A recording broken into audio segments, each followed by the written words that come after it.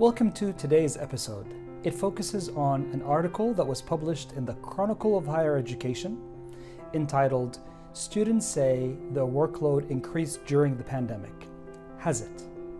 by Beth McMurtrie back in February 4th, 2021. Now, this article focuses on something called the workload conundrum. So it claims that students are saying that their workload has increased since the start of the COVID crisis back in early 2020. However, it also says that academics, on the other hand, are also claiming that they are lowering their expectations when it comes to students' work and the quality of that work, mainly because they know that students have a lot to do.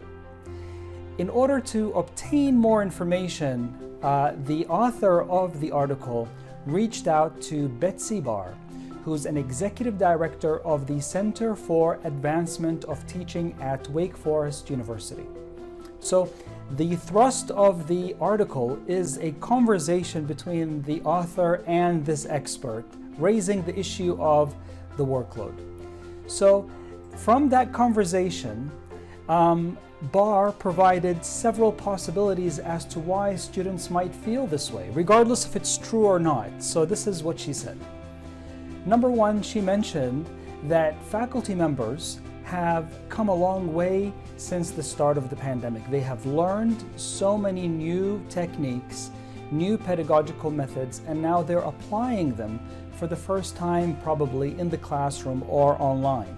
And I think, or she said, that this perhaps is causing some concern for students because they have not seen these methods before. Plus, just like anything new, it takes time for them to adjust to it. So it could be challenging to some students to adapt to those new methods. The second possibility that was provided by Barre was the fact that faculty members could, on purpose, are actually adding on to the workload of students, not because they want to disadvantage them, but mainly because they want to give them more chances so that their performance could be increased. So they could be breaking up their high-stake exams into perhaps smaller quizzes and then spreading that out over the semester. So this might seem like a greater workload. However, the idea behind it is to actually provide students with more possibilities to up and increase their grades in these courses. The third thing that Barre mentioned was that perhaps faculty members are not communicating to the students exactly what is needed from the various projects or assignments. Again, because we're missing that in-person interaction, and faculty members perhaps are putting stuff out there, not given sufficient information, not giving students the information that is required in order for them to finish the assignments in the appropriate time. So maybe students, what they're doing as a response is that they're doing too much when in fact they're not really being asked to do all that much.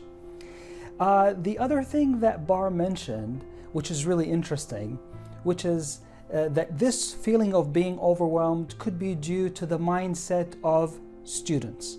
So it could be that students, because they are in this pandemic, because there's not much that they are doing. They're not traveling, they're not doing sports as much as they used to at least. They're not going out with their friends. So any type of work that they are doing could come across to them as something that is of a burden or that is overwhelming to them, even though in reality, maybe it hasn't changed. So she is actually saying that this is perhaps related to how students are viewing this experience from their own perspective rather than the truth of the situation. Another thing that Barre did come back and talk about was breaking up these larger assignments into smaller tasks. She said perhaps students or some students might find that as a bit overwhelming. It's actually a good practice that we should not let go of. So she gave the example of the following. She said, perhaps one task that needs to be done once a week could perhaps take students 50 minutes to do. So that's done once a week. Maybe the faculty member, what they do now is they break that single assignment into 5 different assignments that are done throughout the week, but they each takes about 10 minutes. So at the end of the day, the time that is allocated from the faculty perspective is the same. The grades are the same. However, they're spreading it out over the period of the week, which is, as Barre says, is actually good practice. However, students might look at this as more work, because what they're doing now is they're actually preparing for each one of those 5 different tasks individually. And by doing this, they're actually in their mind thinking that they have more work to do than they actually have.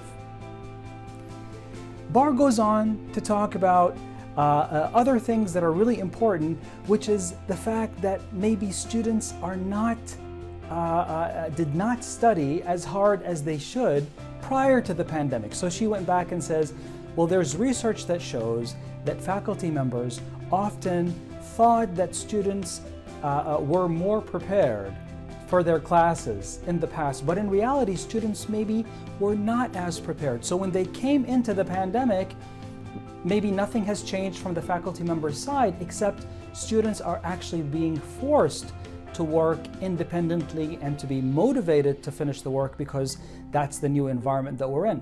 So maybe it has nothing to do with the workload, it has nothing to do with the mindsets of the students, but it really has to do with the fact that students were perhaps getting by prior to the pandemic on certain things that they didn't have to do as much of, and now they're coming into the pandemic and it's really showing that perhaps they were not prepared. Barre provides several suggestions to address these issues. The first, which is really interesting, she says that there is an interactive workload estimator that looks into the tasks that are given to the students. So it looks at the number of projects, the assigned readings, quizzes, videos to watch, etc.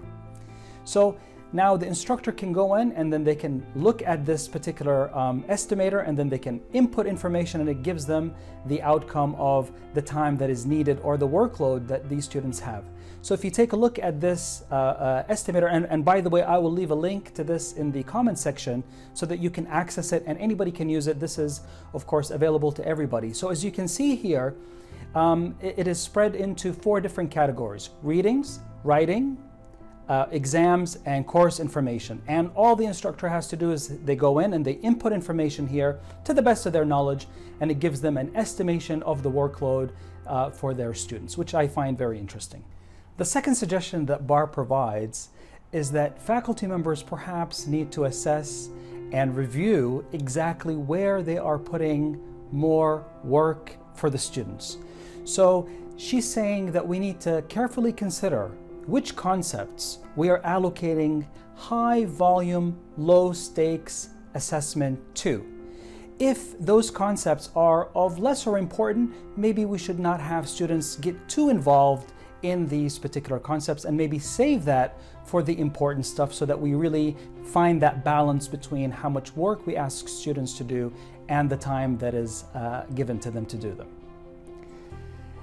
Finally, Barre says we should perhaps speak more with our students to find out exactly what they think, get information from them, and have them be involved in the conversation so that they understand that their voice matters.